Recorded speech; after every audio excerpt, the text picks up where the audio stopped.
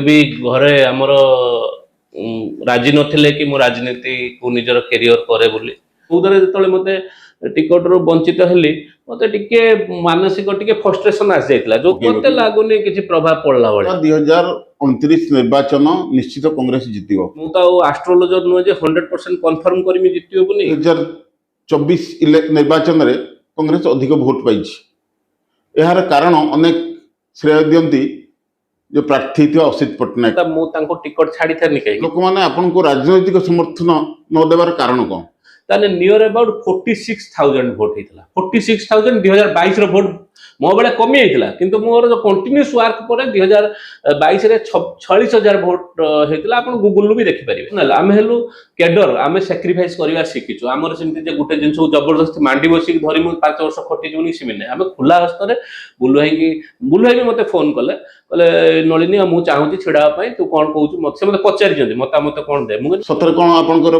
भितरे गोष्ठी कंदळ बा मनमालित न एमति किछि अछि कि से कथा मु आपनको कहिया चाहे जे जो गोष्ठी कहले मोर किछि गोष्ठी नाही से चाहूचंती मु विधानसभा रे विधायक हेमी विधायक होवा पई चाहूचंती जिला सभापति विधायक भितर गोटे डिफरेंस अछि विधायक गोटे अलगा जिंस लोक भोट देबे विधायक हेबे जिला सभापति जे दल को संभाळिबे संगठन को संभाळिबे सेतमे मो तांको भितरे माने कोनोसी इयर क्लास नाही सेतमे आम भितरे मिसिबार कोनोसी असुविधा भी नाही मोर दलर लोक मानकर आइडियोलॉजिकल डिफरेंस होची बीजेपी सहित सेतमे आम लोक केही बीजेपी की जाई नांदी मैक्सिमम केही जाई नांदी काम हा जाई मैक्सिमम बीजेडी की जाई गोटे बहुत बड़ मिश्रण पर्व आगु गब जोटा आम भद्रक जिले में टिके कोऑर्डिनेशन प्रोब्लेम थिला समस्त को नेकी सेटा ऑलमोस्ट सरी गलानी पीसी सभापति सारी दे सारे लास्ट गुडे मीटिंग सरला पर बहुत लोक कांग्रेस दल रे मिसिबे जो माने पद पदवी थिले इलेक्टोरल थिले से माने बहुत स्कैम करिसन से समय बर्तमान से जदी ताको दल को न जिबे से तो ताको पछरे ईडी सीबीआई सब लागिवो से बाध्य जिबा पई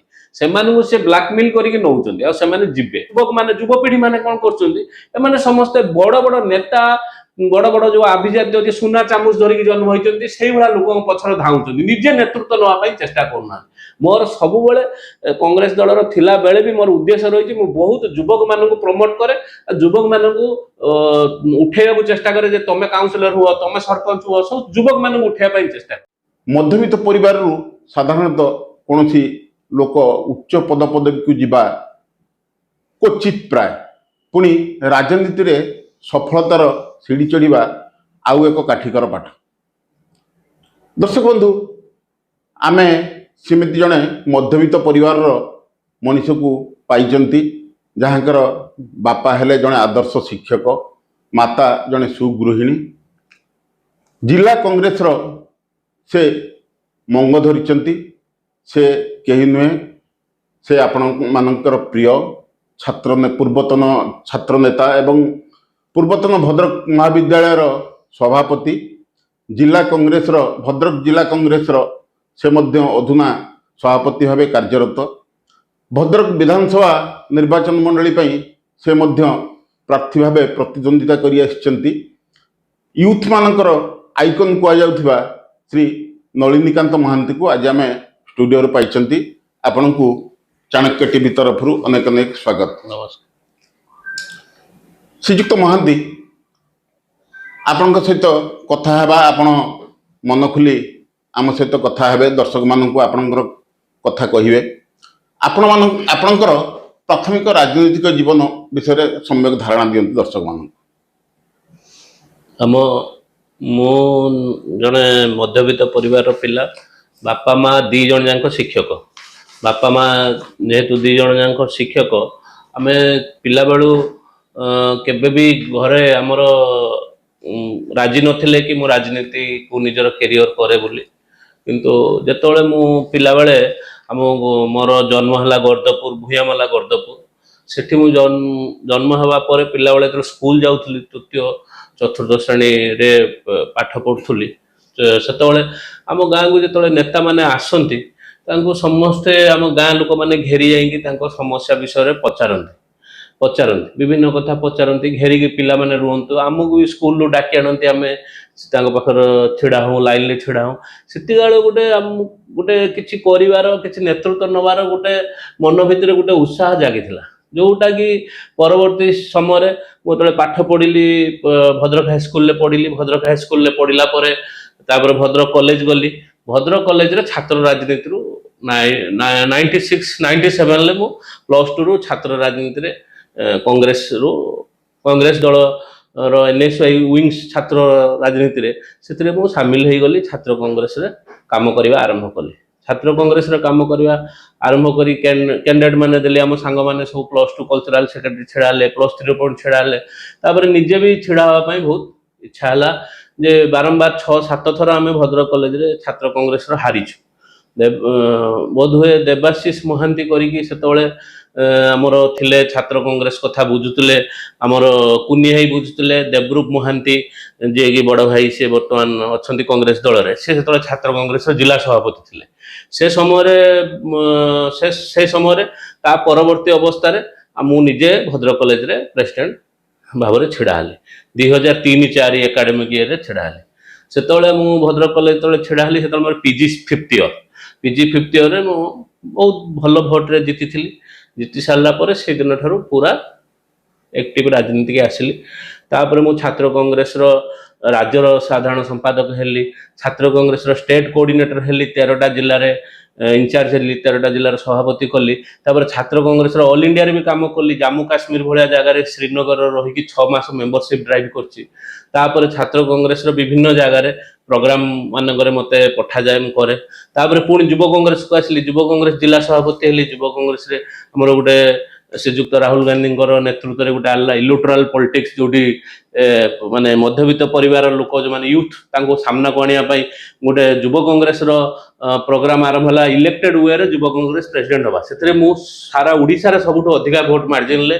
भद्रक लोकसभा रे जितिली लोकसभा प्रेसिडेंट हिसाब रे यूथ कांग्रेस प्रेसिडेंट हिसाब रे से समय भी श्रीजुक्त राहुल गांधी जी आस्तिले हमर भद्रक रे स्टेडियम को आस्तिले कहवा कथा आपण ए जो साधारण राजनीति के आसीबा पछरे मुख्य कारण आपनकर छात्र राजनीति आज्ञा छात्र राजनीति अनेक बड़ बड़ नेता को सृष्टि करछि राजनीतिक कैरियर से माने छात्र राजनीति आरंभ करछन्ति किंतु आपण देखंतु किछि दिन हेबो कॉलेज रो निर्वाचन बंद हो जाइछि नुआ नेता सृष्टि होआ पई या गोटे बाधाजात करछि आपनकर मत कोन एथिरे निश्चित भाव में जो कथाटा कहले ठीक कथा जे छात्र माने यदि छात्र राजनीति न आसबे ताने आपण देखंतु आमे दलगत निर्विशेष कहवा जिते दलर बड़ बड़ नेता भी होती आमर बर्तमान बीजेपी जे राज्य सभापति श्रीजुक्त मनमोहन सामल सी भी भद्रक कॉलेज सभापति थे आपण रणेन्द्र प्रताप स्वाई बीजेडी बहुत बड़ नेता सी भी भद्रक कॉलेज सभापति थे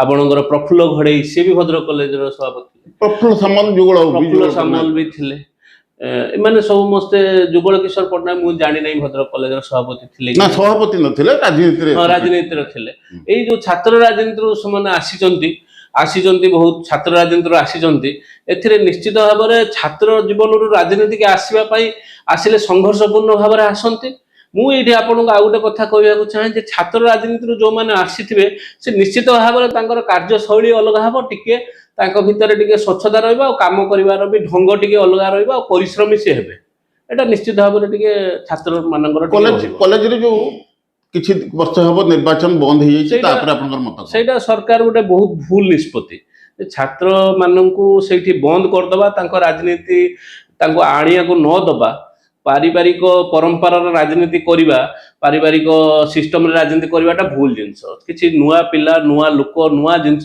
कौन सी दल हो सब दल कथा कहूँ आसवाटा उचित छात्र राजनीति बंद करवाटा एटा सरकार गोटे बहुत बड़ भूल डिसीजन आपण तरफरु बा आपण दल तरफरु आसंता वर्ष निर्वाचन करने आपण सरकार को अनुरोध बा दाबी उपस्थापन करिवे कि जो दिन ठार जो बंद थी आपणकर मन थी जो थर छात्र इलेक्शन बंद करते आम नेशनल बहुत बड़ आंदोलन करते बहुत बड़ मुवमेंट कंटिन्यूसली चलला किंतु से बीजेडी सरकार थिले शासन में कौन सी कथा को भ्रूक्षेप कले लगला छात्र राजनीति कौन पाई बंद कले आम जानी टिप्पणी दवा भी ठीक हेनी कि से बंद करदे ठीक अच्छे आपण छात्र राजनीति छात्र नेता हिसाब साधारण राजनीति आसिले क्रमशः अवक्षयमुखी कांग्रेस जहाँ देश में सफलता आस्ते आस्ते कमी कमी जाउची बा राजनीतिक ସମର୍ଥନ କ୍ରମଶଃ କମି କମି ଯାଉଥିବା ବେଳେ ଏଇଭଳି ଦଳକୁ ଆପଣ କ'ଣ ପାଇଁ ବାଛିଲେ ଯେ ସେଇ ଦଳରେ ହିଁ ମୁଁ ରହି ରାଜନୀତି କରିବି?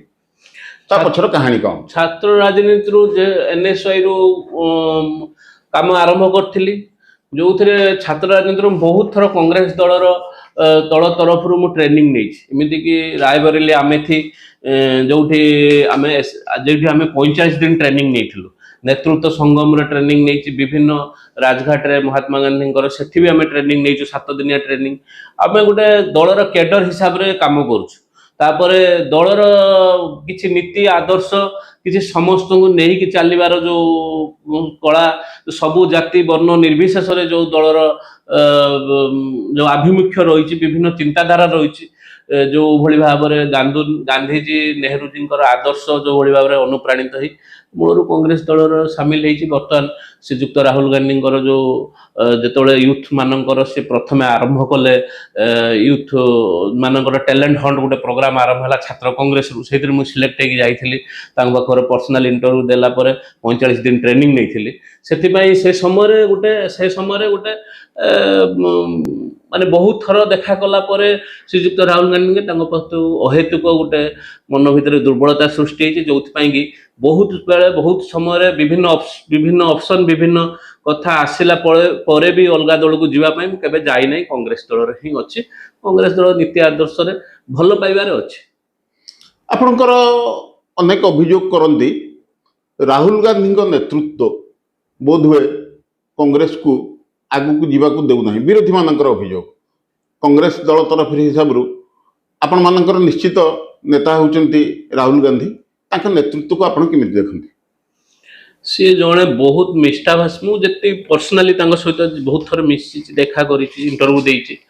ମିଷ୍ଟାଭାଷୀ ଆଉ ବହୁତ ବ୍ରଡ ହାର୍ଟେଡ ଲୋକ, ବହୁତ ଜ୍ଞାନୀ, ବହୁତ ଜାଣିବାର ଯୋଉ ମାନେ ଜଣେ ଯୋଉଭଳି ଭାବରେ ମାନେ ନିଜର ଶେଷ ସମୟ ପର୍ଯ୍ୟନ୍ତ କିଛି ଶିଖିବାର ଗୁଣ ଥାଏ, ସେ ଶିଖିବାର ଗୁଣ ତାଙ୍କ ପାଖରେ ଅଛି। ସବୁବେଳେ ସବୁ ସମୟରେ ସେ କିଛି ଶିଖନ୍ତି, କିଛି ଜାଣନ୍ତି, କିଛି ବୁଝନ୍ତି ଆଉ ତାକୁ ଇମ୍ପ୍ଲିମେଣ୍ଟ କରନ୍ତି। ସବୁବେଳେ ଗୋଟେ ନ୍ୟାୟ ପଥରେ ଯିବା ପାଇଁ ତାଙ୍କର ଉତ୍ସାହ। ଆଉ ଆପଣ ବି ଜାଣିଥିବେ ଆଜିକାଲି ଯୋଉ ସମୟ ଚାଲିଛି, ଏଠି ମିଛୁଆ ଯୋଉଭଳି ଭାବରେ ମିଛ ସତର ରାଜନୀତି ଚାଲିଛି, ସେ ସମୟରେ ଜଣେ ସତ୍ୟର ଲୋକ, ଜଣେ ସତ୍ ପଥରେ ଚାଲିଥିବା ଲୋକର ନିଶ୍ଚିତ ତ ତାଙ୍କୁ ପାଦରେ କଣ୍ଟା ପଡ଼ି ବସିବ, ତାଙ୍କୁ ଲୋକ ଖରାପ ଭାବିବେ, ଲୋକ ଭୁଲ ବୁଝିବେ, ଲୋକ ଭୁଲ କହିବେ ଓ ବିଭିନ୍ନ ରକମ ଲାଞ୍ଛନ ଦେବେ। ଏଟା ତ ଚାଲିବ, କିନ୍ତୁ ସବୁ ପରେ ବି ଦିନେ ନା ଦିନେ ଆମର ବିଶ୍ୱାସ ସତ୍ୟର ଜୟ ହବ। ନିଶ୍ଚିତ ଭାବରେ ତାଙ୍କ ନେତୃତ୍ୱ ପୁଣି ଥରେ ଦେଶକୁ ନେତୃତ୍ୱ ଦବ। ଆପଣ ନିଶ୍ଚିତ ଆଶା ରଖିଛନ୍ତି ରାହୁଲ ଗାନ୍ଧୀ ନିକଟ ଭବିଷ୍ୟତରେ ହଉ ବା ଆଗାମୀ ଭବିଷ୍ୟତରେ ହଉ ନିଶ୍ଚିତ ଦେଶର ନେତୃତ୍ୱ ନେବେ, ପ୍ରଧାନମନ୍ତ୍ରୀ ହେବେ। ଆମେ ଆସିବା ରାଜନୀତିକୁ। ଭକ୍ତ ଦାସଙ୍କର ନେତୃତ୍ୱରେ ବର୍ତ୍ତମାନ କଂଗ୍ରେସ ବିଭିନ୍ନ ନିର୍ବାଚନ ଆସୁଛି, ଲଢ଼େଇ କରିବେ। ପଞ୍ଚାୟତ ନିର୍ବାଚନ ହଉ, ପୌର ନିର୍ବାଚନ ହଉ, ଭକ୍ତ ଦାସଙ୍କର ନେତୃତ୍ୱକୁ ଆପଣ କିପରି ଦେଖନ୍ତି? ଯେବେଳେ ଆପଣ ଜାଣିଥିବେ ଯେ 1.5 ବର୍ଷ ପୂର୍ବରୁ ବର୍ଷେ ହେଇଗଲାଣି ଶ୍ରୀଯୁକ୍ତ ଭକ୍ତଚରଣ ଦାସଙ୍କୁ ପିସିସି ସଭାପତି କଲେ। ସେତେବେଳେ କଂଗ୍ରେସର ବର୍ଷେ ପାଖାପାଖି ଧରି ପିସିସି ସଭାପତି ସେମିତି କେହି ନଥିଲେ, ପୋଷ୍ଟ ଫାଙ୍କା ଥିଲା ଭଳି ଲାଗୁଥିଲା। ସେ ସବୁଠୁ କଂଗ୍ରେସର ଖରାପ ଅବସ୍ଥାକୁ ପଳେଇଥିଲା। ସେଇ ଯୋଉ ଦିନ ଠାରୁ ଶ୍ରୀଯୁକ୍ତ ଭକ୍ତଚରଣ ଦାସ ହେଲେ, ସେଦିନ ଠାରୁ ଦିନକୁ ଦିନ ଦଳ ଉପରକୁ ଉଠି ଚାଲିଛି। କାରଣ ତାଙ୍କର ଜୀବନ ବି ବହୁତ ସଂଘର୍ଷପୂର୍ଣ୍ଣ ରାଜନୀତି ସେ କରୁଛନ୍ତି ଆଉ ବିପ୍ଳବ କରୁଛନ୍ତି। ବିଭିନ୍ନ ଷ୍ଟ୍ରାଇକ ଆନ୍ଦୋଳନ, ଯେକୌଣସି ଗୋଟେ ଇସ୍ୟୁ ଆସୁଛି ସେ ରାଜରାସ୍ତାକୁ ନିଜେ ଓହ୍ଲେଇ ଯାଉଛନ୍ତି ଆଉ ସବୁ କର୍ମୀମାନଙ୍କୁ ଆହ୍ୱାନ ଦଉଛନ୍ତି ତମେ ରାଜରାସ୍ତାକୁ ଆସ। ଯୋଉ ଆନ୍ଦୋଳନାତ୍ମକ ପନ୍ଥା ଗ୍ରହଣ କରାଯାଇଛି, ଆଉ ଯୋଉ ଆମର ବର୍ତ୍ତମାନ ଯୋଉ ଅଛନ୍ତି, ବର୍ତ୍ତମାନ ଓଡ଼ିଶାରେ ଇନଚାର୍ଜ ବି ଅଛନ୍ତି ଶ୍ରୀଯୁକ୍ତ ଅଜୟ ଲଲ୍ଲୁ, ଯିଏକି ଆପଣଙ୍କର ୟୁପିର ପିସିସି ପ୍ରେସିଡେଣ୍ଟ ଥିଲେ। ସିଏ ବି ଆଉ ଜଣେ ବହୁତ ମାନେ ଗ୍ରାସ ରୁଟ୍ ଲେବୁଲରୁ ବହୁତ ତଳ ସ୍ତରରୁ ଉଠିକି ଆସିକି ନେତୃତ୍ୱ ନେଇଛନ୍ତି। ସେଥିପାଇଁ ସିଏ ବି ତାଙ୍କ ସହିତ 2 ଜଣଙ୍କ ଭିତରେ ଅଣ୍ଡରଷ୍ଟାଣ୍ଡିଂ ଭଲ ଅଛି ଆଉ 2 ଜଣଙ୍କ ଭିତରେ ବହୁତ ଜିନିଷ କୋର୍ଡିନେସନ ଅଛି, ଯୋଉଥିପାଇଁ କି ଦଳ ଦିନକୁ ଦିନ ଆଗକୁ ବଢି ଚାଲିଛି। ଆପଣ ଜାଣିଥିବେ ନୂଆପଡ଼ା ଇଲେକ୍ସନର ଦଳ 2ୟ ସ୍ଥାନକୁ ଆସିଲା, ଧୀରେ ଧୀରେ ଆସିବ 3ୟ ସ୍ଥାନରେ ଥିଲା, ବହୁତ ଖରାପ ଅବସ୍ଥାରେ ଥିଲୁ, ଦିନକୁ ଦିନ ଦଳ ବଢୁଛି। ନିଶ୍ଚିତ ଭାବରେ ଆଗାମୀ ଦିନରେ ଭଲ ହବ। ଭକ୍ତ ଦାସଙ୍କର ନେତୃତ୍ୱ ଆଉ କଂଗ୍ରେସ ଦଳର ଗୋଷ୍ଠୀ କନ୍ଦଳ ବା ଅନ୍ତକନ୍ଦଳ ସେ ଆସିବା ପରେ କେତେ ଦୂର ସହାୟତା କରିଛନ୍ତି ଯେ ଏଇ ଯୋଉ ଗୋଷ୍ଠୀ କନ୍ଦଳ ରୋକିବା ପାଇଁ ବା ଦଳର ଅନ୍ତର୍କନ୍ଦଳ ଯୋଉଟା ଅଛି ତାକୁ ରୋକିବାରେ? ନିଶ୍ଚିତ ଭାବରେ ଯେତେ ବଡ଼ ଦଳ ସେତେ ଅନ୍ତର୍କନ୍ଦଳ ରହିବ। ଘର ଭିତରେ ବାପ ପୁଅ ଭାଇ ଭାଇ ଭିତରେ କଥାର ମନମାଳିନ୍ୟ ରହୁଛି, କଥାର ବିଚାରଧାରାର ଅଲଗା ଅଲଗା ରହୁଛି। ତ ଦଳ ତ ଏତେ ବଡ଼ ଦଳ ନିଶ୍ଚିତ ଭାବରେ ରହିବ, ସମସ୍ତଙ୍କୁ ତ ସାଟିସ୍ଫ୍ୟାକ୍ସନ୍ କରିହେବନି। ନିଶ୍ଚିତ ଭାବରେ ଗୋଟେ ଯେଉଁମାନେ ଲାଇମଲାଇଟ୍ରେ ଅଛନ୍ତି, ଯେଉଁମାନଙ୍କ ହାତରେ ସଂଗଠନ ଅଛି, ତାଙ୍କୁ ସେ ସାଙ୍ଗରେ ନେଇକି ଚାଲିଛନ୍ତି, ଆଗକୁ ବଢ଼ି ଚାଲିଛନ୍ତି। ନିଶ୍ଚିତ ଭାବରେ ଆଗାମୀ ଦିନରେ ସଫଳତା ଆସିବ, ସଫଳତା ପାଇବେ ଆପଣଙ୍କର ମତ ନିଶ୍ଚିତ ପାଇବେ ବୋଲି ଆଶା ନିଶ୍ଚିତ। ବିଶ୍ୱାସ ଅଛି। କିନ୍ତୁ ଗୋଷ୍ଠୀ କନ୍ଦଳକୁ ଭକ୍ତ ଦାସ ରୋକିବାରେ ବିଫଳ ହୋଇଛନ୍ତି ବୋଲି ବିରୋଧୀମାନେ କହନ୍ତି। କାରଣ ଅନ୍ୟତମ ଟାଣୁଆ ନେତା ମହମ୍ମଦ ମୋକିମ ୟା ଭିତରେ ଦଳ ଛାଡ଼ି ଦେଇ ସ୍ୱତନ୍ତ୍ର କଂଗ୍ରେସ ଦଳ କରିଛନ୍ତି, ଯାହା ହଉ ରାଜ୍ୟ ସ୍ତରୀୟ ଦଳ ଗୋଟେ ପ୍ରତିଷ୍ଠା କରିଛନ୍ତି। ସେ କଂଗ୍ରେସ ଦଳରୁ କିଛି କ୍ଷତି କରିବେନି ବୋଲି ଭାବୁଛନ୍ତି ଆପଣ? ସିଏ ଶୁଣନ୍ତୁ, ସେଟା ତାଙ୍କର ବ୍ୟକ୍ତିଗତ ଚିନ୍ତାଧାରା। କି ଦଳ ଛାଡ଼ିବ, କାହାକୁ କ'ଣ ପର୍ସନାଲ ପ୍ରୋବ୍ଲେମ୍ ହେବ, ଦଳ ଛାଡ଼ିବ, ଯାଇକି ନିଜେ ଦଳ ତିଆରି କରିବେ, ସେଟା ତାଙ୍କର ବ୍ୟକ୍ତିଗତ ତାଙ୍କର ସେଟା ଚିନ୍ତାଧାରା।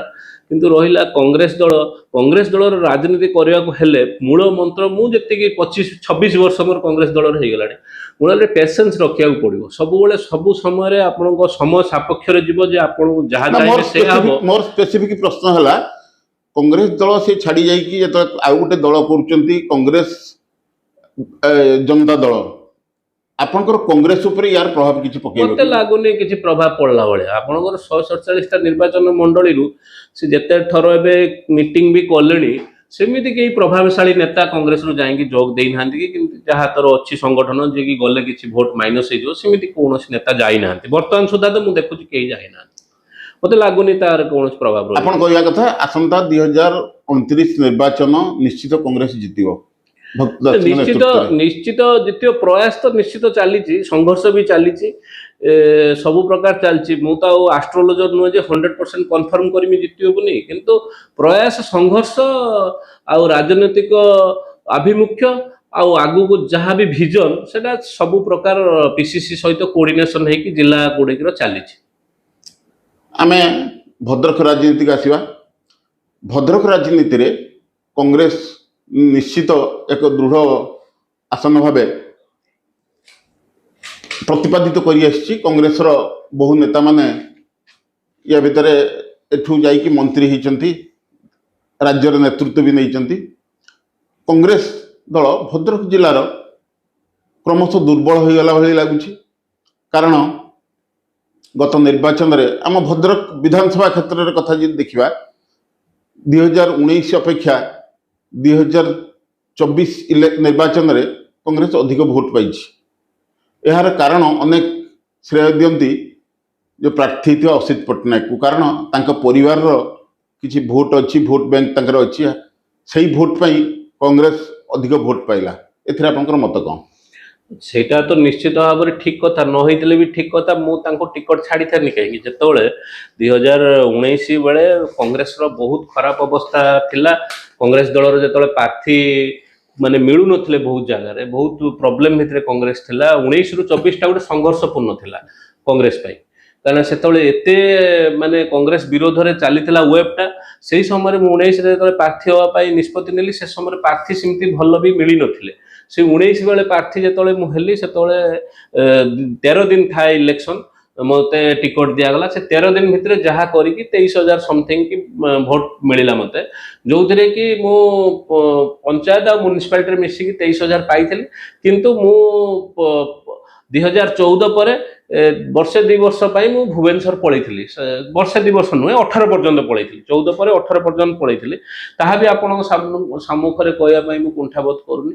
14 ବେଳକୁ ମୁଁ ବହୁତ ଜୋରସୋର ଲାଗିଥିଲି MLA ଛିଡ଼ା ହେବା ପାଇଁ ଭଦ୍ରକରେ, ଆଉ ପ୍ରତି ବୁଥର ସଂଗଠନ କରିଥିଲି। ବହୁତ ରାହୁଲଜୀଙ୍କ ପ୍ରୋଗ୍ରାମ ବି କରିଥିଲି ଷ୍ଟାଡିୟମରେ, ବହୁତ ପ୍ରକାର ପ୍ରିପେୟାର ହେଇଥିଲି। କିନ୍ତୁ 14ରେ ଯେତେବେଳେ ମୋତେ ଟିକଟରୁ ବଞ୍ଚିତ ହେଲି, ମୋତେ ଟିକେ ମାନସିକ ଟିକେ ଫ୍ରଷ୍ଟ୍ରେସନ ଆସିଯାଇଥିଲା, ଯୋଉଥିପାଇଁ କି ମୁଁ କିଛି ପରିବାର ପାଇଁ କରିମି ଏହା ଭାବିକି ଭୁବନେଶ୍ୱର ଯାଇକି ମୁଁ ମୋର ଟିକେ ସେଠି କାମ ଦାମ କରି ଏଷ୍ଟାବ୍ଲିଶ ନିଜକୁ କରିଥିଲି। କିନ୍ତୁ ପୁଣି 14ରୁ 18 ପର୍ଯ୍ୟନ୍ତ ରହିଲି। ଯେତେବେଳେ 18 ପରେ ପୁଣି ଆସିଲି ଭଦ୍ରକକୁ, 19 ବେଳରେ ଇଲେକ୍ସନର କାର୍ଯ୍ୟକାରୀ ସଭାପତି ହେଲି ଜିଲ୍ଲାର। ହେବା ପରେ କ୍ୟାଣ୍ଡିଡେଟ୍ ହେଲି। ସେ 19ରେ ଯେତେବେଳେ କ୍ୟାଣ୍ଡିଡେଟ୍ ମୁଁ ହେଲି ସେ ସମୟରେ ବହୁତ 13 ଦିନରେ ଲାଷ୍ଟ ବହୁତ ପ୍ରୋବ୍ଲେମ ଭିତରେ ଟିକଟ ହେଲା। 13 ଦିନରେ ଟିକଟ ହେଲା ପରେ ସେତେବେଳେ କଂଗ୍ରେସର ସ୍ଥିତି ବହୁତ ଖରାପ ଥିଲା। ସେ ଖରାପ ସ୍ଥିତିରେ ମୁଁ 23,000 ସମଥିଙ୍ଗ ଭୋଟ ପାଇଲି। ତାପରେ 23 ପରେ ମୁଁ ଏକୁଟିଆ ଆଜ୍ଞା ସାକ୍ରିଫାଇସ୍ କରିନି। ମୋ ପାଇଁ ମୋ ପରିବାର ସାକ୍ରିଫାଇସ୍ କରିଛି, ମୋ ଛୁଆ ପିଲା କରିଛନ୍ତି, ମୋ ସ୍ତ୍ରୀ କରିଛି। କାରଣ ଏମାନେ ସମସ୍ତେ ଭୁବନେଶ୍ୱର ରହୁଥିଲେ। ଭୁବନେଶ୍ୱର ସ୍କୁଲରେ ମୋ ପୁଅ ପାଠ ପଢୁଥିଲା। ସେଠୁ ଆସିକି ପୁରା ଫ୍ୟାମିଲି ଶିଫ୍ଟ ହେଲା ଭଦ୍ରକ।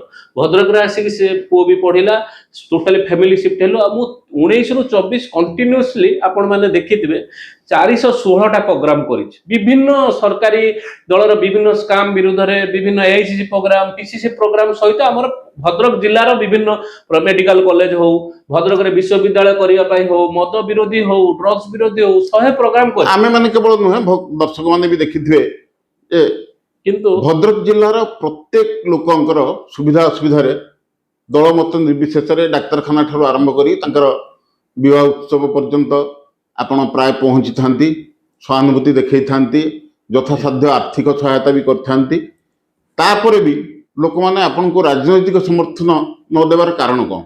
ମୁଁ ସେଇଠି ଆପଣଙ୍କୁ କହିବାକୁ ରଖିବାକୁ ଚାହୁଁଛି ଯେ 2017 ନା 19 ପରେ 2022 ଯେତେବେଳେ ମ୍ୟୁନିସିପାଲିଟି ଇଲେକ୍ସନ, ପଞ୍ଚାୟତ ଇଲେକ୍ସନ ହେଲା, ସେଇଠି ଆପଣ ମାନେ ସମୀକ୍ଷା କରିବା ସମୟ ଆସିଛି ଯେ ଯୋଉ ଆସିଲା ଯୋଉ ଆପଣଙ୍କର ପଞ୍ଚାୟତ 22ରେ ସେତେବେଳେ ଜିଲ୍ଲା ପରିଷଦ ଯିଏ ଛିଡା ହେଇଥିଲେ 4 ଜଣ ଜିଲ୍ଲା ପରିଷଦ ହାତ ଚିହ୍ନ ଛିଡା ହେଇଥିଲେ ଭଦ୍ରକ ନିର୍ବାଚନ ମଣ୍ଡଳୀ ଭୋଟ ପ୍ଲସ୍ ମ୍ୟୁନିସିପାଲିଟିର ଯୋଉମାନେ କାଉନସିଲର ଛିଡା ହେଇଥିଲେ ସେମାନଙ୍କ ଭୋଟ ଯଦି ମିଶା ଯିବ ତାହେଲେ ନିୟର ଆବାଉଟ୍ 46,000 ଭୋଟ ହେଇଥିଲା। 46,000 2022ର ଭୋଟ ମୋ ବେଳେ କମି ଯାଇଥିଲା, କିନ୍ତୁ ମୋର କଣ୍ଟିନ୍ୟୁସ୍ ୱାର୍କ ପରେ 2022ରେ 46,000 ଭୋଟ ହେଇଥିଲା। ଆପଣ ଗୁଗୁଲରୁ ବି ଦେଖିପାରିବେ 46,000 ଯୋଉ ଭୋଟଟା ହେଇଥିଲା। ତା ପରବର୍ତ୍ତୀ ସମୟରେ ଯେତେବେଳେ ଟିକଟ କଥା ଆସିଲା 2024ରେ, ଯେତେବେଳେ ଆମର ଭଦ୍ରକର ଆଉ ଜଣେ ଭଣ୍ଡାରୀପୁଖୁର ନେତା ଯେତେବେଳେ ଶ୍ରୀଯୁକ୍ତ ନିରଞ୍ଜନ ପଟ୍ଟନାୟକ ଯେତେବେଳେ ମତେ କହିଲେ ଯେ ଭଦ୍ରକରେ ଯଦି ଭଲ କ୍ୟାଣ୍ଡିଡେଟ୍ ହୁଅନ୍ତା, ଅସିତ ପଟ୍ଟନାୟକ ବୁଲୁ ଭାଇ ସେ ଚାହୁଁଛନ୍ତି ଆସିବା ପାଇଁ, ଯଦି ସେ ଆସନ୍ତେ କେମିତି ହୁଅନ୍ତା। ମୁଁ ସେଇଠୁ ଆମର କର୍ମୀମାନଙ୍କୁ ସମସ୍ତଙ୍କୁ ପଚାରିଲି। ମୁଁ ପର୍ସନାଲ ଆମେ ହେଲୁ କ୍ୟାଡର, ଆମେ ସାକ୍ରିଫାଇସ୍ କରିବା ଶିଖିଛୁ। ଆମର ସେମିତି ଯେ ଗୋଟେ ଜିନିଷକୁ ଜବରଦସ୍ତି ମାଣ୍ଡି ବସିକି ଧରି ମୁଁ 5 ବର୍ଷ ଖଟିଯିବୁନି ସେମିତି ନାହିଁ। ଆମେ ଖୋଲା ହସ୍ତରେ ବୁଲୁ ଭାଇ ବି ମତେ ଫୋନ କଲେ, କହିଲେ ନଳିନୀ ମୁଁ ଚାହୁଁଛି ଛିଡା ହେବା ପାଇଁ, ତୁ କ'ଣ କହୁଛୁ? ସେ ମତେ ପଚାରିଛନ୍ତି ମତାମତ କ'ଣ ଦେ। ମୁଁ କହିଲି କାଲି ଜଣେଇବି। ତ ମୁଁ ମିଟିଂ ଡାକି କଥାବାର୍ତ୍ତା କରିକି ଆମେ ଏଥିପାଇଁ ବୁଲୁ ଭାଇକି ଟିକଟ ଦେଇଥିଲୁ, ଯୋଉ କଥାଟା ଆପଣ ପ୍ରଶ୍ନ ପଚାରିଲେ ଯେ ତାଙ୍କ ଫ୍ୟାମିଲିର ଆଭିଜାତ୍ୟ ଅଛି, ଶ୍ରୀଯୁକ୍ତ ଯୁଗଳ କିଶୋର ପଟ୍ଟନାୟକଙ୍କର ସେ ପୁଅ, ସେଥିପାଇଁ ତାଙ୍କ ପରିବାରର ଗୋଟେ ସାଇଜେବୁଲ ଭୋଟ ଅଛି, ଫଲୋଅର୍ସ ଅଛନ୍ତି। ତାଙ୍କ ପରିବାରରେ 3 ଥର 3ଟି ମନ୍ତ୍ରୀ ଥିଲେ। ତାଙ୍କ ବିଜେଡିର ବି ଦିଥର ବିଧାୟକ ଥିଲେ। ବହୁତ ଲୋକଙ୍କ ପାଇଁ କିଛି କରିଛନ୍ତି, ଯୋଉଟା ତାଙ୍କ ଫ୍ୟାମିଲିର ଭୋଟ ଅଛି। ସେଟା ଆମ କଂଗ୍ରେସ ଭୋଟ ଆଉ ତାଙ୍କ ଭୋଟ ମିଶିଗଲେ ନିଶ୍ଚିତ ଭାବରେ ଆମ ଭଦ୍ରକରେ ବିଜୟ ହେବ ବୋଲିକି ଆଶା ରଖିକି ତାଙ୍କୁ ମୁଁ ଟିକଟ ଆମେ ଆଉ ସେ ଲବିରେ ରହିଲୁନି। ଆପଣ କହିବା କଥା ଯେ ଯେହେତୁ ଯୁଗଳ ପଟ୍ଟନାୟକଙ୍କର ପରିବାରର କିଛି ପକେଟ ଭୋଟ ଅଛି, ଅସିତ ପଟ୍ଟନାୟକ ତାକୁ ପାଇବାରେ ସକ୍ଷମ ହେବେ, ଆପଣ ନିଶ୍ଚିତ ଟିକଟ ପାଇବାକୁ ସେତେବେଳେ ଆଶାୟୀ ଥିଲେ ବି ଏବଂ ଏକମାତ୍ର ଯୋଗ୍ୟ ଥିଲେ ବି ଆପଣ ସାକ୍ରିଫାଇସ୍ କରିଥିଲେ। କିନ୍ତୁ ପରବର୍ତ୍ତୀ ସମୟରେ ଅନେକ ସମୟରେ ଗଣମାଧ୍ୟମରେ ପ୍ରକାଶ ପାଏ ବା ଆପଣଙ୍କ ବିରୋଧୀ ମାନେ ସବୁ ଅଭିଯୋଗ କରନ୍ତି ଆପଣଙ୍କର ଗୋଟେ ସ୍ୱତନ୍ତ୍ର ଗୋଷ୍ଠୀ ଏବଂ ତାଙ୍କର ଗୋଟେ ସ୍ୱତନ୍ତ୍ର ଗୋଷ୍ଠୀ, ଆଉ ସେ ଗୋଷ୍ଠୀ କନ୍ଦଳର ପ୍ରତିଫଳନ ହେଇଥିଲା ଆପଣଙ୍କର ଜିଲ୍ଲା ସଭାପତି ଚୟନ ବା ନିର୍ବାଚନ ବେଳେ ବା ସିଲେକ୍ସନ ବେଳେ। ସେତେବେଳେ ପ୍ରଥମେ କିଛି ବୁଲୁବାବୁଙ୍କ ସମର୍ଥକ ମାନେ ଉତ୍ସବ ମନେଇଥିଲେ ଯେତେବେଳେ ତାଙ୍କୁ କାର୍ଯ୍ୟକାରୀ ସଭାପତି କରାଯାଇଥିଲା, ଆଉ ସେମାନଙ୍କର ମନ ଦୁଃଖ ହେଇଥିଲା ଯେତେବେଳେ ଆପଣଙ୍କୁ ଜିଲ୍ଲା ସଭାପତି କରାଗଲା। ସତରେ କ'ଣ ଆପଣଙ୍କର ଭିତରେ ଗୋଷ୍ଠୀ କନ୍ଦଳ ବା ମନମାଳିନ୍ୟ ଏମିତି କିଛି ଅଛି କି? ସେଇ କଥା ମୁଁ ଆପଣଙ୍କୁ କହିବାକୁ ଚାହେଁ ଯେ ଯୋଉ ଗୋଷ୍ଠୀ କହିଲେ, ମୋର କିଛି ଗୋଷ୍ଠୀ ନାହିଁ। ମୁଁ ପୁରା ସବୁବେଳେ ସବୁ ସମୟରେ କହିଛି, ଆଉ ଆପଣ ବି ପଚାରି ପାରିବେ ସମସ୍ତଙ୍କୁ, 2024ରେ ମୁଁ ପୂର୍ଣ୍ଣ ସମର୍ଥନ ସହିତ ଆମର ଯେତେ କଂଗ୍ରେସର କର୍ମୀ ଥିଲେ ସମସ୍ତେ ତାଙ୍କୁ ସହଯୋଗ କରୁଛନ୍ତି। କାରଣ ଆମେ କଂଗ୍ରେସର ଲୋକ, ଆମେ ଗୋଷ୍ଠୀ କିଛି ନାହିଁ। ଯିଏ ବି ସାମିଲ ହଉଛନ୍ତି ଆମେ କହୁଛୁ କଂଗ୍ରେସ ସହିତ ରୁହ, କଂଗ୍ରେସରେ ଯିଏ ନେତା ଆସୁଛି ତାଙ୍କ ସହିତ କାମ କର। ଗୋଷ୍ଠୀ ନେଇକି କାମ କରିବାର ମୋର ସେ ଉଦ୍ଦେଶ୍ୟ ନାହିଁ। ମୁଁ ସେ ମାନେ ଗୋଷ୍ଠୀ କରିବାର ମୋର ଇଏ ନାହିଁ, ଉଦ୍ଦେଶ୍ୟ ନାହିଁ। ଆମେ ଚାହୁଁଛୁ କଂଗ୍ରେସ ବଢୁ, କଂଗ୍ରେସ ସହିତ ରହୁ। ରହିଲା ଇଲେକ୍ସନରେ 2024 ଇଲେକ୍ସନରେ ଆଶାନୁରୂପକ ଫଳ ଆମେ ପାଇଲୁ ନାହିଁ। କେବଳ ଗୋଟିଏ ଜିନିଷ ହେଲା ଯେ ମାଇନରିଟି ସେକ୍ସନର ଭୋଟଟା ବହୁତ ଅଧିକା ମାତ୍ରାରେ ଆମେ ପାଇଲୁ, ଯୋଉଠିକି ଫଳରେ ସ୍ୱାଧୀନତା ପରଠାରୁ ବର୍ତ୍ତମାନ ପର୍ଯ୍ୟନ୍ତ ଏଠି ଭଦ୍ରକରେ ବିଜେପି କେବେ ଜିତି ପାରିନଥିଲା, ପ୍ରଥମ ଥର ଜିତିଗଲା। ସେଇଟା ଟିକେ ଦୁଃଖ ରହିଲା ମନରେ। ଦ୍ୱିତୀୟ କଥା ହେଲା ଯେ ଯୋଉ କହିଲେ ଜିଲ୍ଲା ସଭାପତି ଏକ ସୃଜନ ଏକ ପ୍ରକ୍ରିୟା, ସେ ସୃଜନ ଯୋଉ ପ୍ରକ୍ରିୟାଟା ସେଟା ଲଞ୍ଚ କରିଥିଲେ ଆମର AICC ରୁ ଲଞ୍ଚ ହେଇଥିଲା। ଶ୍ରୀଯୁକ୍ତ ମଲ୍ଲିକାର୍ଜୁନ ଖଡଗେ ଯିଏ AICC ସଭାପତି, ଆଉ ଆପଣଙ୍କର ଯେ ରାହୁଲ ଗାନ୍ଧୀ ଆମର ବିରୋଧୀ ଦଳର ନେତା LP ଲିଡର, ସେ ଲଞ୍ଚ କରିଥିଲେ ସେ ପ୍ରୋଜେକ୍ଟଟା। ସୃଜନ ମାଧ୍ୟମରେ ଅବଜରଭର ଆସିଥିଲେ। ଆମ ଭଦ୍ରକକୁ ଯୋଉ ପ୍ରୋବ୍ଲେମ ହେଲା ସେଥିପାଇଁ ଦିଦିଟା ଅବଜରଭର ଆସିଲେ। ଦିଦି ଜଣ ଅବଜରଭରଙ୍କ ରିପୋର୍ଟ ଆଧାରରେ ଦିଲ୍ଲୀର ଏଟା ନିଷ୍ପତ୍ତି। ଆପଣ ଦେଖିଥିବେ ଯୋଉ ଚିଠି ଜିଲ୍ଲା ସଭାପତିର ବାହାରିଛି, ସେଠି ଆମର ଯେ ସାଂଗଠନିକ ଜେନେରାଲ ସେକ୍ରେଟାରୀ କେସି ବେଣୁଗୋପାଳଜୀ ତାଙ୍କ ସିଗ୍ନେଚର ଲେଟର ବାହାରେ। ଆପଣ କ୍ଲିୟରଲି କହିବା କଥା ଯେ ଆପଣ ମାନଙ୍କର ଉପରିସ୍ଥ ଦଳର କର୍ମକର୍ତ୍ତା ମାନଙ୍କ ଦ୍ୱାରା ଆପଣ ଚୟନ ହେଇଛନ୍ତି। ଏଥିରେ ଦଳୀୟ କର୍ମୀ ଆଉ ଦଳୀୟ କର୍ମକର୍ତ୍ତା ଜିଲ୍ଲାରେ ଯୋଉମାନଙ୍କର ତାଙ୍କର ସମର୍ଥନ କେତେ ଦୂର? ଦଳୀୟ କର୍ମୀ ଯୋଉମାନେ ରହିଲେ ସେଟା ଉପରୋକ୍ତ କର୍ମକର୍ତ୍ତା ଦ୍ୱାରା ଏଥିପାଇଁ ଚୟନ, ସେମାନେ ସମସ୍ତଙ୍କର ମତାମତ ନେଲେ। ମତାମତ ପରେ ତାର ବହୁତ କ୍ରାଇଟେରିଆ ଅଛି। ଖାଲି ଲୋକମାନଙ୍କର ମତାମତ ଠାରୁ ଇମ୍ପୋର୍ଟାଣ୍ଟ ଯେ ତାଙ୍କୁ ସିଭିଲ ସୋସାଇଟିର କେତେ ଲୋକ, ସାଧାରଣ ଲୋକ କେତେ ଗ୍ରହଣ କରୁଛନ୍ତି, ଆଉ ସବୁଠୁ ବଡ ଇମ୍ପୋର୍ଟାଣ୍ଟ ଯେ ସେ କଂଗ୍ରେସ ଦଳ ପ୍ରତି କେତେ ଡେଡିକେଟେଡ, ଯେ କଂଗ୍ରେସ ଦଳ କୌଣସି ପରିସ୍ଥିତିରେ ସେ ଛାଡିକି ଯିବନି, ଲୟାଲ ରହିବ କଂଗ୍ରେସ ପ୍ରତି। ସେ ଲୟାଲିଟି ସବୁ ଜିନିଷ ଦେଖି ସାରିଲା ପରେ ଏଟା ଚୟନ ହଉଛି। ଇଏ ଚୟନ ପ୍ରକ୍ରିୟା ସ୍ୱତନ୍ତ୍ର ଅଲଗା। ଇଏ ଚୟନ ପ୍ରକ୍ରିୟାରେ ତ ଚୟନ ହେଲି। ମୋର ବର୍ତ୍ତମାନ ଘର ଥିଲେ ଭାଇ ଭିତରେ ଅଛି, କିଛି ଥାଇପାରେ ନଥାଇପାରେ, ମୁଁ ସେଆଡ଼ିକି ଯିବା ପାଇଁ ଚାହୁଁନି। ଏବେ ବି ଆମେ ସାଙ୍ଗର ବୁଲେଇରେ ମୋର ପ୍ରୋଗ୍ରାମ କରିଛୁ, ଆପଣ ଦେଖିଥିବେ ଟିଭି ମିଡିଆର ଯୋଉ ବାସୁଦେବପୁର ଆସିଥିଲେ ସବୁ ପଦଯାତ୍ରା, ସବୁଥିରେ ଆମେ ସାଙ୍ଗରେ ଥିଲୁ। ଆଗାମୀ ଦିନରେ ମୁଁ ଚେଷ୍ଟା କରିବି, ମୁଁ ଯେହେତୁ ଜିଲ୍ଲାର ସଭାପତି ସେଥିପାଇଁ ସମସ୍ତଙ୍କୁ ସାଙ୍ଗରେ ନେଇକି ଚାଲିବି। ସମସ୍ତଙ୍କର ସ୍ୱାର୍ଥ କିଭଳି ହେମ୍ପର ହବନି, ଆଉ ସମସ୍ତଙ୍କର କଥା ରହିବ ଏ ଦଳ ଭିତରେ, ସମସ୍ତଙ୍କୁ ସାଙ୍ଗରେ ନେଇକି ଆଗକୁ ବଢିବା ପାଇଁ ଚେଷ୍ଟା କରିବି। ଆପଣ ଜିଲ୍ଲା ସଭାପତି ହେବା ପରେ ବୁଲୁ ପଟ୍ଟନାୟକଙ୍କର ସମର୍ଥକ ବା ବୁଲୁ ପଟ୍ଟନାୟକଙ୍କର ଆନ୍ତରିକତା ଆପଣଙ୍କ ପ୍ରତି ରହିଛି, ଆଉ ସବୁ କାର୍ଯ୍ୟକ୍ରମ ସେ ଆପଣଙ୍କୁ ସହଯୋଗ କରୁଛନ୍ତି। କରୁଛନ୍ତି ବୋଲିକି ମୁଁ କହିଲିନି, କରିବେ ଆଶା ରଖିଛନ୍ତି, କରିବେ। ଆଉ ତାଙ୍କ ସହିତ କଥାବାର୍ତ୍ତା ହେଇଛି, ସେ ସବୁ ଜିନିଷ ହେଇଯିବ। ଧୀରେ ଧୀରେ ଟିକେ ଟାଇମ ଲାଗିବ। ଜଣେ ଗୋଟେ ଜିନିଷ ପାଇବା ପାଇଁ ଯେତେବେଳେ ଭାବିଥିବେ ସେଟା ଯେତେବେଳେ ହଠାତ୍ କିନି ନ ହୁଏ, ସମର୍ଥକ ସିଏ ନିଜେ ଚାହିଁଲେ ବି ସମର୍ଥକ ମାନେ ଟିକେ ଅସନ୍ତୁଷ୍ଟ ହୁଅନ୍ତି। ସେଥିପାଇଁ ଧୀରେ ଧୀରେ ସବୁ ଆଡଜଷ୍ଟମେଣ୍ଟ ହେଇଯିବ। ସେଟା କିଛି ବଡ ଜିନିଷ ନୁହେଁ, କାହିଁକିନା ତାଙ୍କର ଲାଇନ ମୋ ଲାଇନ ଭିତରେ ବହୁତ ଅଲଗା ଅଛି। ସିଏ ଚାହୁଁଛନ୍ତି ମୁଁ ବିଧାନସଭାରେ ବିଧାୟକ ହେମି, ବିଧାୟକ ହବା ପାଇଁ ଚାହୁଁଛନ୍ତି। ଜିଲ୍ଲା ସଭାପତି ବିଧାୟକ ଭିତରେ ଗୋଟେ ଡିଫରେନ୍ସ ଅଛି। ବିଧାୟକ ଗୋଟେ ଅଲଗା ଜିନିଷ, ଲୋକ ଭୋଟ ଦେବେ, ବିଧାୟକ ହେବେ। ଜିଲ୍ଲା ସଭାପତି ହଉଛି ଦଳକୁ ସମ୍ଭାଳିବେ, ସଂଗଠନକୁ ସମ୍ଭାଳିବେ। ସେଥିପାଇଁ ମୋ ତାଙ୍କ ଭିତରେ ମାନେ କୌଣସି ଇଏର କ୍ଲାସ ନାହିଁ। ସେଥିପାଇଁ ଆମ ଭିତରେ ମିଶିବାରେ କୌଣସି ଅସୁବିଧା ବି ନାହିଁ। ଠିକ ଅଛି। ଆପଣଙ୍କର ଯାହା କଂଗ୍ରେସର ମୂଳରୁ ଭୋଟର ଥିଲେ ପ୍ରାୟ ସବୁ ଅନ୍ୟ ଦଳକୁ ପଳେଇ ଯାଇଛନ୍ତି, ବିଜେଡି କି ହଉ ବିଜେପି କି ହଉ ପଳେଇ ଯାଇଛନ୍ତି। ତାଙ୍କୁ ଫେରେଇ ଆଣିବାର ପ୍ରୟାସ ଆପଣ ଦଳ ତରଫରୁ ଆରମ୍ଭ ବି କରିଦେଇଛନ୍ତି। ଆପଣ କେତେ ଦୂର ଆଶାବାଦୀ ସେମାନେ ସବୁ ପୁଣି ଫେରି ଆସିବେ ଆଉ ଆପଣଙ୍କ କଂଗ୍ରେସ ଦଳକୁ ସମର୍ଥନ କରିବେ? ବର୍ତ୍ତମାନ ବିରୋଧୀ ଦଳ ହିସାବରେ ଆପଣଙ୍କର ଭୂମିକା ଠିକ ନିର୍ବାହ କରୁଛନ୍ତି କି? ଆମର ଗୋଟେ ପ୍ରଥମେ ଜିଲ୍ଲା ସଭାପତି ହେଲା ପରେ ଗୋଟେ ପ୍ରୋଗ୍ରାମ ଲଞ୍ଚ ହେଇଥିଲା, ଘର ବାହୁଡା ଅଭିଯାନ। ଘର ବାହୁଡା ଅଭିଯାନ ଏଥିପାଇଁ ଆମେ ଲଞ୍ଚ କରିଥିଲୁ ଯେ ବର୍ତ୍ତମାନ ଯୋଉ ବିଜେଡି ଶାସନ ଦଳ, ବିଜେଡି ସରକାର ଥିଲା, 25 ବର୍ଷ ଧରି ସରକାର ଥିଲା। ଆପଣ ଦେଖିଥିବେ ସରକାରରୁ ଗଲା ପରେ କୋଉ ଭଳି ଭାବରେ ବିଜେଡି ଭାଙ୍ଗୁଛି। ଆମର ମ୍ୟାକ୍ସିମମ୍ ଲୋକ, ଆମ ଦଳର ଲୋକ ଯାଇଛନ୍ତି ବିଜେଡି କି। ଆମର ଦଳର ଲୋକମାନଙ୍କର ଆଇଡିଓଲୋଜିକାଲ ଡିଫରେନ୍ସ ହଉଛି ବିଜେପି ସହିତ। ସେଥିପାଇଁ ଆମ ଲୋକ କେହି ବିଜେପି କି ଯାଇନାହାନ୍ତି, ମ୍ୟାକ୍ସିମମ୍ କେହି ଯାଇନାହାନ୍ତି, କାଁ ଭାଁ ଯାଇଥିବା ଏତେ, ମ୍ୟାକ୍ସିମମ୍ ବିଜେଡି କି ଯାଇଛନ୍ତି। ବିଜେଡିର କୌଣସି ଆଇଡିଓଲୋଜି ନାହିଁ। ବିଜେଡି ଗୋଟେ ଆଞ୍ଚଳିକ ଦଳ, ସିଏ ଗୋଟେ ବ୍ୟକ୍ତିବିଶେଷ ନାଁରେ ଚାଲିଥିଲା ଦଳଟା। ବର୍ତ୍ତମାନ ସେ ଦଳର ଲୋକ ବହୁତ ଯାଇଛନ୍ତି, ସେ ଦଳ ଲୋକର ବର୍ତ୍ତମାନ ବିଜେଡିରେ ରାଜ୍ୟ ସ୍ତରରେ ହଉ ଜିଲ୍ଲା ସ୍ତରରେ ହଉ ଯୋଉ ଅବସ୍ଥା ଆମେ ସମସ୍ତେ ଦେଖୁଛନ୍ତି, ସମସ୍ତେ ଜାଣିଛନ୍ତି। ବିଜେଡି କ୍ରମଶଃ ଦୁର୍ବଳ ହବାକୁ ଲାଗିଛି। ଆଉ ଆମ ଜିଲ୍ଲାର ତାର ପ୍ରମୁଖ ଉଦାହରଣ, ପ୍ରାୟ ବିଜେଡିରୁ ଅନେକ ବଡ ବଡ ନେତା ସବୁ ଆସିକି ବିଜେପିରେ ମିଶି ଯାଇଛନ୍ତି। ନେତାମାନେ ମିଶିଛନ୍ତି। ଆପଣ ଯୋଉ କର୍ମୀ ବା ସାଧାରଣ ଭୋଟର ଯୋଉମାନେ ବିଜେଡିରେ ଥିଲା, ତାଙ୍କୁ ଆପଣ କଂଗ୍ରେସକୁ ଫେରେଇ ନେବା ପାଇଁ ଆପଣ ପ୍ରୟାସ ଜାରି ରଖିଛନ୍ତି ନା କେବଳ କାର୍ଯ୍ୟକ୍ରମରେ ବିରୋଧ କରିବା ବାହାନାରେ ବିରୋଧ କରି ଚାଲିଛନ୍ତି ଶାସକ ଦଳ? ନା, ସେଥିରେ କାର୍ଯ୍ୟକ୍ରମରେ ସେଇଟା ହଉଛି ମୁଖ୍ୟ କାର୍ଯ୍ୟକ୍ରମ। ଆମେ ବିଜେଡିର ବହୁତ ଦେଖନ୍ତୁ, ଯୋଉମାନେ ସରକାରୀ ଦଳର, ମୁଁ ଏଟା କମନ ଜିନିଷ କହୁଛି, ଯୋଉମାନେ ସରକାରୀ ଦଳରେ ପାୱାର ରହିଛନ୍ତି ସେମାନେ ବିନା ପାୱାରକୁ ହଠାତ୍ କିନି ଆସିବେନି। से खोजे आम पुणी पावर को जीव कहीं 25 वर्ष शासन कर हठात कि खोजे आम से पावर दल रे बीजेपी की प्रिफर करेंगे फास्ट चॉइस जो मैंने बड़ बड़ नेता पावरफुल एमएलए जो मैंने अच्छा बीजेपी को प्रिफर करेंगे ब्लॉक चेयरमैन हो प्रिफर करेंगे तल स्तर जिते तल लेवल जिते नेता अच्छा सेकेंड लेयर लीडर पाखर कांग्रेस छड़ा द्वितीय ऑप्शन ही ना से कांग्रेस को आसवे आम जोगाजोग करुच्चे बहुत लोग बर्तमान गोटे बहुत बड़ मिश्रण पर्व आगक हम जोटा आम भद्रक जिले में टिके कोऑर्डिनेशन प्रोब्लेम थिला समस्त को लेकिन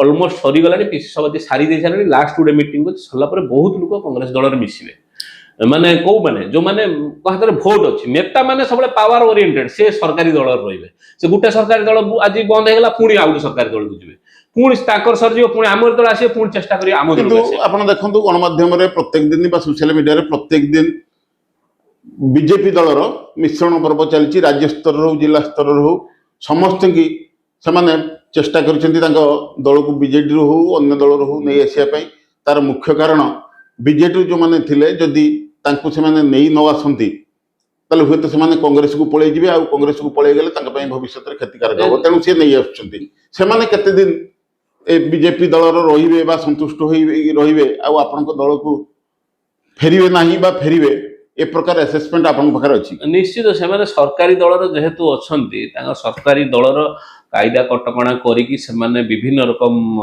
षड्यंत्र करिकी नेबे कहीं आपण बीजेपी दलर जो नेता माने थिले नेतृत्व माने थिले से जो माने पद पदवी थिले इलेक्टोरल थिले से बहुत स्काम करिसें से समय बर्तमान से जदि ताको दल को न जिबे से तो ताको पछरे ईडी सीबीआई सब लागिवो से बाध्य जीवा पई सेमानकु से ब्लैकमेल करिके नउचंदी आ सेमाने जिबे आ जेहेतु सांगठनिक क्षेत्र में बीजेपी सरकार को सीना आसी जाइए कि सांगठनिक क्षेत्र में दुर्बल अच्छी से ग्रासरूट संगठन बढ़ाई मानक सब एसाम्बल कर नब आ बाय फोर्स नब तापर भी से सीना पलैले तले जिते कर्मी अच्छा जिते जो मैंने वर्कर अच्छा किसी लीडर भी जो मैंने स्वाभिमानी लीडर जो मैंने किसी फरक पड़ेनि कौन हुए से निश्चित कांग्रेस दल को जोगाजोग होसुँच आसवे देखो गत निर्वाचन 2024 निर्वाचन में साधारण भाव आशा करा भद्रक जिलार दुईटी कांग्रेस निश्चित जितियो दुईटी सीट गोटे है भंडारीपोखरी गोटे है वासुदेवपुर वासुदेवपुर रे अशोक दास जीतीगले किंतु भंडारीपोखरी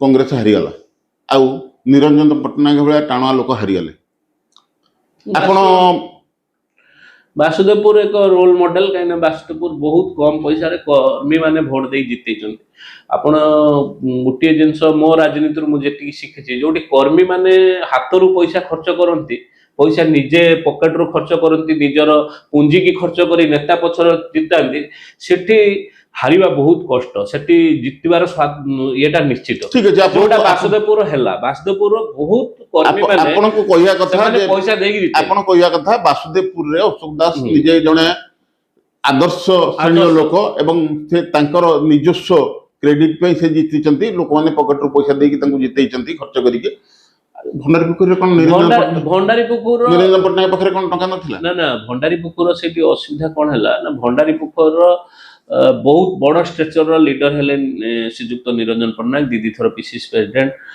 बहुत बड़ तांकर ना ना फेम से जो माने समस्ते जो माने कर्मी रहिले से माने डेडिकेटेडली काम कले किंतु किछि कर्मी रहिले जो माने कि अंतर्घाती काम भी करिसंती जोटा कि आपण जानिचंती समस्त भद्रक लोक जानिचंती जो अंतर्घाती काम जदि दलर भितर हबो जो कि लास्ट आवर रे बहुत कम भोट रे हारिले से हारिबा नुहे 1200-1300 भोट 500-600 भोट जदि एपट सपट हो जाता से जीति पारथांते किंतु से जिनस आपणकर प्रॉब्लम टिके हला ठीक अछि आपण को आम भद्रक जिला राजनीति के आसीबा भद्रक जिल्ला रे आपण अनेक समस्या जो अनेक समस्या भितर आपण प्रमुख वर्तमान सरकार रे थिबा भारतीय जनता पार्टी दल तरफ घोषणा सरी भद्रक मेडिकल कॉलेज है भद्रक कॉलेज को आपण जो आदर्श कॉलेज जोटा आपण निजे सभापति थे विश्वविद्यालय करा एवं यही अनेक समस्या अच्छी सरकार दल तरफ घोषणा सरी मात्र कौन कार्यकारी है भाई लगुनि विज्ञापन किसी बाहर ना आम जी देखा गत थर बबी दास जाजपुर घोषणा होबार ठीक परे परे काम आरंभ कर देथिले हमर ए पर्यंत जमी अधिग्रहण ही नहीं किंबा विश्वविद्यालय हाँपाई भद्रक कॉलेज को सरकार तरफ सेमती किसी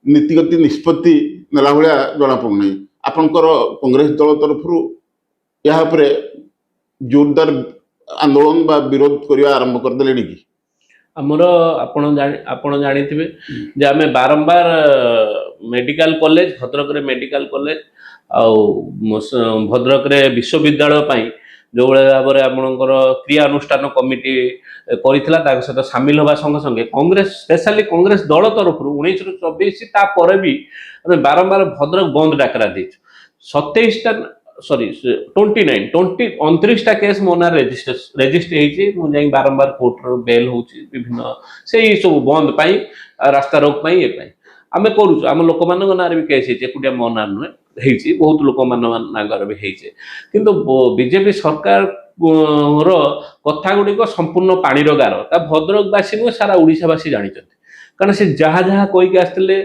मंत्री कहले हो आम 300 यूनिट बिजुली फ्री देदेमु कहीं किसी फ्री ना से मेडिकल कॉलेज कथा भी सांगे सांगे गला आम खुशी हेलु आम भद्रिका हिसाब से खुशी हेलु दल फल किसी आमर भद्रक मु दल फल कथा कहूनी आम सर्वदलीय मिसिकी से बीजेपी वाला सहित मिसिकी जो बीजेडी सरकार थिला सेमाने भी थिले आम आंदोलन करूँ मेडिकल कॉलेज भी आंदोलन करूँ भद्रक कॉलेज भी आंदोलन करूँ बर्तमान जो भद्रक मुख्य मुख्य समस्या रही से समस्या को समाधान करने बीजेपी सरकार अच्छे आउ गोटे कथा आपण सम्मुख में कहना चाहूँगी जो बबी दास कथा कहले भद्रक माटीर जेहेतु बर्तमान श्रीजुक्त मनमोहन सामल बीजेपी दलर सभापति जो दल कि सरकार अच्छे सुपर चीफ मिनिस्टर कहीदे बहुत पावर अच्छी दल भितर बहुत ये अच्छी जहाँ जना पड़ू आम जहाँ बाहर थी जापर सी अच्छी भी भद्रक डेभलप होनी मत दुख लगुच व्यक्तिगत स्तर में दुख लगुच ये दलीय कथा कहूनी माने भद्रिका हिसाब से दुख लगुच भद्रक कहीं डेभलप करना निहाती दरकार कारण क्षमता सब बेले सब समय रही आज क्षमता आपण पाखे काली काली मो पाखे जिते आपण पाखे क्षमता आसी निज माटी किसी करने जदि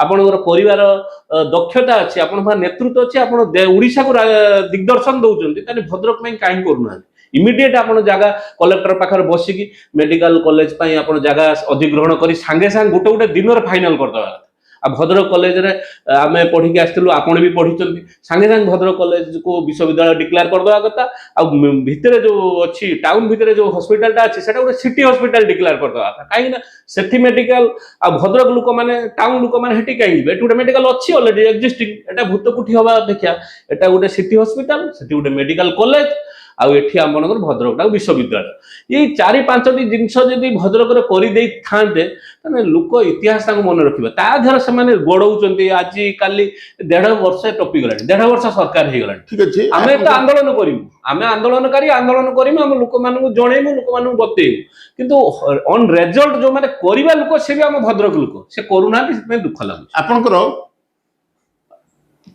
ठीक अच्छे जो आप सहर प्रशस्तीकरण है कचेरी ठारू चरंपा बाजार पर्यंत सरकारी जमी रे जबरदखल को उच्छेद करदे दीर्घ दिन है जीविका निर्वाह कर चलुवा उठा दुकानी मान प्रतिश्रुति दि जाइथिला दुकान घर जोगे दिज्व से अद्यावधि दुकान घर पाई ना कि सरकार तरफ कौन प्रतिश्रुति दि जाए ना आपण दल तरफ से थैतान किसी पदक्षेप नहीं आपण आमे प्रथमे जेतबेले भद्रक उच्छेदीकरण है रास्ता चौड़ा करने आम स्वागत कलु आमको या पूर्व जो जिलापाल थे डाकी कथा आम कहलु स्वागत कर स्वागत भी कलु कर किंतु दीर्घ दिन धरिकी भांगिकी लोक मान पकई आज पर्यंत से काम चालू ना आज पर्यंत सौंदर्यकरण काम होनी रास्तार चौड़ा करना विभिन्न रकम जो प्लान प्रोजेक्ट से रखिले करना जो लोक मान जीविका को से जो मैंने वर्ष वर्ष धरी छुआ पिला को पाठ पढ़ाऊले घर परिवार पोषण करुले से करते संस्था से थैथान करने से जो प्रतिश्रुति आमको देते आम ए बाबद 2 थर 3 थर स्ट्राइक कर जिलापाल भेटी विभिन्न कथा कर प्रतिश्रुति 2 मास 3 मास देते आज पर्यंत 3 मास कौन 1.5 वर्ष 2 वर्ष दाबी करते आंदोलन करते आंदोलन भी चालू रही आमे व्यक्तिगत प्रश्न गोटे आपन जने साधारण परिवार मध्यवित्त श्रेणी आसिछंती बापा जने शिक्षक माँ जने गृहिणी पाठ भी उच्च डिग्री आपण पास करचंती आपण परिवार रे भी सुनाम अच्छी मध्यवित्त परिवार हिसाब से आपण चाकरी नौकरी राजनीति कहीं आसले ଚାକିରି राजनीति लाभजनक व्यवसाय बोली भाविले ନା ଚାକିରି ଯେତେବେଳେ ଗୋଟେ ଜାଗାର ଜଣ ମାନେ ଚାକିରି କରିଥିଲି ପ୍ରଥମେ ମୁଁ ସମ୍ବାଦର ଚାକିରି କରିଥିଲି 2 ବର୍ଷ 3 ବର୍ଷ ଚାକିରି କରିଥିଲି ମାର୍କେଟିଂ ମ୍ୟାନେଜର ସ୍ୱାଧୀନ ଚିନ୍ତାଧାରା ଲୋକ ଚାକିରି ଭିତରେ ସୀମିତ ରହିପାରିବେନି ଯେତେବେଳେ ମୁଁ କହିଲି ନା ପିଲାବେଳୁ ଗୋଟେ ଇଚ୍ଛା ଥିଲା ଯେ ଯେତେବେଳେ ନେତାମାନେ ଆମ ଗାଁକୁ ଆସିଥିଲେ ସବୁ ଘେରି ଯାଉଥିଲେ ସମସ୍ୟା କହୁଥିଲେ ଶୁଣୁଥିଲେ ଏଇ ଯୋଉ ମନ ଭିତରେ ଗୋଟେ ଇଣ୍ଡିପେଣ୍ଡେନ୍ସି ଅଛି ଲୋକମାନଙ୍କ ପାଇଁ କିଛି କରିବାର ଉଦ୍ଦେଶ୍ୟ ଅଛି କିଛି ପ୍ରୋବ୍ଲେମର ଲୋକମାନଙ୍କୁ ସମାଧାନ ଦେବାର ବାଟ ତିଆରି କରିବାର ଅଛି ଲୋକମାନଙ୍କ ପାଇଁ କିଛି କରିବାର ଅଛି ଆଉ ସଂଗଠନ ପାଇଁ କିଛି କରିବାର ଅଛି ସେଇ ସବୁ ଉଦ୍ଦେଶ୍ୟ ନେଇକି ରାଜନୀତିକୁ ଆସିଥିଲି କିନ୍ତୁ ମୁଁ ଏଠି ଗୋଟେ କଥା ଆପଣଙ୍କୁ କହିବାକୁ ଚାହୁଁଛି ସବୁଠୁ ଗୁରୁତ୍ୱପୂର୍ଣ୍ଣ କଥା ଯେ ମୁଁ ଆପଣଙ୍କ ମାଧ୍ୟମରେ କହିବାକୁ ଚାହୁଁଛି ଯେ ଭଦ୍ରକର ଯୋଉମାନେ ସାଧାରଣ ପରିବାର ଲୋୟର ମିଡ୍ କ୍ଲାସ୍ ହଉ ବା ମିଡିଲ କ୍ଲାସ୍ ହଉ ସାଧାରଣ ପରିବାରର ଲୋକମାନେ ସବୁବେଳେ ନିଜ ଭିତରେ ନେତୃତ୍ୱ ଖୋଜନ୍ତୁ ମୁଁ ନୁହେଁ ମୁଁ ତ ଥରେ ଛିଡା ହେଇଛି ନିଜେ ନେତା ହେବାକୁ ଚେଷ୍ଟା କର ଏମାନଙ୍କର ପ୍ରୋବ୍ଲେମ ଆମ ଭଦ୍ରକ ଲୋକମାନେ ଯୁବକ ମାନଙ୍କର ପ୍ରୋବ୍ଲେମ କ'ଣ ଏମାନେ କହିବା ପାଇଁ ଟିକେ ଖରାପ ଲାଗୁଛି ଏମାନଙ୍କର କ'ଣ ପ୍ରୋବ୍ଲେମ ଏମାନେ ବଡ ବଡ ଲୋକ ବଡ ବଡ ଗାଡି ବେଶୀ ପଇସା ସେ ମାନେ ଯେମିତି ମରିଚିକା ପଛର ଧାଇଁଲା ଭଳିଆ ଆମ ଭଦ୍ରକ ଯୁବକ ମାନେ ଧାଉଁଛନ୍ତି ନିଜେ କେବେ ନେତୃତ୍ୱ ନେବା ପାଇଁ ସେମାନେ ଚେଷ୍ଟା କରୁନାହାନ୍ତି ଯୋଉମାନେ ଆଗରୁ ନେତୃତ୍ୱ ନେଇଥିଲେ ଷ୍ଟ୍ରଗଲ କରିକି ଉଠିଥିଲେ ସେମାନଙ୍କ ଲାଇଫ ଆଜି ପର୍ଯ୍ୟନ୍ତ ସେମାନେ ଷ୍ଟ୍ରଗଲ ଫୁଲ କରି ସେମାନେ ଚିନ୍ତାଧାରାର ଲୋକ ଯୋଉ ଆପଣ ସବୁ ଦଳ କଥା ମୁଁ କହୁଛି ଯୋଉମାନେ ଯୋଉ ଦଳର ଧରନ୍ତୁ ଆମ ଦଳର ଥିଲେ ଶ୍ରୀଯୁକ୍ତ ବୀରେନ ପଲେଇ ଥିଲେ ଏମଏଲଏ ଥିଲେ ସେ ଜଣେ କାଉନସିଲର ଉଠି ବହୁତ ଷ୍ଟ୍ରଗଲ କରି ଏମଏଲଏ ପର୍ଯ୍ୟନ୍ତ ଆସିଲେ ଶ୍ରୀଯୁକ୍ତ ଯୁଗଳ କିଶୋର ପଟ୍ଟନାୟକ ଆମ ଦଳର ଥିଲେ ସେ ବି ସେଇଭଳିଆ ବହୁତ ଷ୍ଟ୍ରଗଲ କରି ତିନିଟା ପୋର୍ଟଫୋଲିଓର ମନ୍ତ୍ରୀ ହେଲେ ଓଡ଼ିଶାର ଗୋଟେ ଦିଗ୍ଦର୍ଶନ ଦେଲେ ସେଭଳିଆ ଆପଣ ଅଲଗା ଦଳ ବି ଦେଖନ୍ତୁ ପ୍ରଫୁଲ୍ଲ ସାମଲ କଥା କୁହନ୍ତୁ ସେ ବି ବହୁତ ଷ୍ଟ୍ରଗଲ କରି ଉଠିଛନ୍ତି ଶ୍ରୀଯୁକ୍ତ ମନମୋହନ ସାମଲ କଥା କୁହନ୍ତୁ ସେ ବି ବହୁତ ଷ୍ଟ୍ରଗଲ କରି ଉଠିଛନ୍ତି ବହୁତ ତଳୁ ଉଠି ମଧ୍ୟବିତ୍ତରୁ ଉଠି ସେ ଗୋଟେ ସକ୍ସେସ୍ ରେଟ୍କୁ ଯାଇଛନ୍ତି କିନ୍ତୁ ଆଜିକା ଟ୍ରେଣ୍ଡ ଆଜିକା ଭଦ୍ରକବାସୀ ମାନେ କ'ଣ କରୁଛନ୍ତି ନା ଭଦ୍ରକବାସୀ ମାନେ ଆଜିକାର କ'ଣ କରୁଛନ୍ତି ଯୁବକ ମାନେ ଯୁବପିଢି ମାନେ କ'ଣ କରୁଛନ୍ତି ଏମାନେ ସମସ୍ତେ ବଡ ବଡ ନେତା ବଡ ବଡ ଯୋଉ ଆଭିଜାତ୍ୟ ଯେ ସୁନା ଚାମଚ ଧରିକି ଜନ୍ମ ହୋଇଛନ୍ତି ସେଇଭଳିଆ ଲୋକଙ୍କ ପଛରେ ଧାଉଁଛନ୍ତି ନିଜେ ନେତୃତ୍ୱ ନେବା ପାଇଁ ଚେଷ୍ଟା କରୁନାହାନ୍ତି ମୋର ସବୁବେଳେ କଂଗ୍ରେସ ଦଳର ଥିଲା ବେଳେ ବି ମୋର ଉଦ୍ଦେଶ୍ୟ ରହିଛି ମୁଁ ବହୁତ ଯୁବକ ମାନଙ୍କୁ ପ୍ରମୋଟ କରେ ଯୁବକ ମାନଙ୍କୁ ଉଠେଇବାକୁ ଚେଷ୍ଟା କରେ ଯେ ତମେ କାଉନସିଲର ହୁଅ ତମେ ସରପଞ୍ଚ ହୁଅ ସବୁ ଯୁବକ ମାନଙ୍କୁ ଉଠେଇବା ପାଇଁ ଚେଷ୍ଟା କରେ ମୋର ଆପଣଙ୍କ ମାଧ୍ୟମରେ ବି ସମସ୍ତଙ୍କୁ ଯୁବପିଢି ମାନଙ୍କୁ ଆହ୍ୱାନ ସେ ଯୋଉ ଦଳ ଯୋଉ ଧର୍ମ ଯୋଉ ଜାତିର ହେଇଥାନ୍ତି ଆପଣ ମାନେ ନେତୃତ୍ୱ ନେବା ପାଇଁ ଚେଷ୍ଟା କରନ୍ତୁ କାହାର ପଛର ଧାଆନ୍ତୁ ନାହିଁ ନିଜର ଆଇଡିଓଲୋଜି ନିଜେ ନେତୃତ୍ୱ ନିଅନ୍ତୁ କୌଣସି ନେତା ପଛରେ ଧାଆନ୍ତୁ ନାହିଁ ଠିକ ଅଛି ଦର୍ଶକ ବନ୍ଧୁ ଆଜି ଆମେ ଷ୍ଟୁଡିଓରେ ପାଇଥିଲେ ଜଣେ ୟୁଥ ଆଇକନକୁ କଂଗ୍ରେସ ଦଳର ଜିଲ୍ଲା ସଭାପତିଙ୍କୁ ଶ୍ରୀଯୁକ୍ତ ନଳିନୀ ମହାନ୍ତି ମହୋଦୟଙ୍କୁ ସେ ଆପଣଙ୍କୁ ତାଙ୍କର ମନର କଥା ଖୋଲି କହିଲେ ଆପଣମାନଙ୍କ ତରଫରୁ ଅନ୍ୟ ଜଣେ ଅତିଥିକୁ ଆମେ ଆସନ୍ତା ଏପିସୋଡରେ ଆଣି ଉପସ୍ଥାପିତ କରିବୁ ଆପଣଙ୍କ ମନର କଥାକୁ ତାଙ୍କ ସହିତ କଥା ହେବୁ ଆଜି ଏତିକି ଧନ୍ୟବାଦ। ନମସ୍କାର।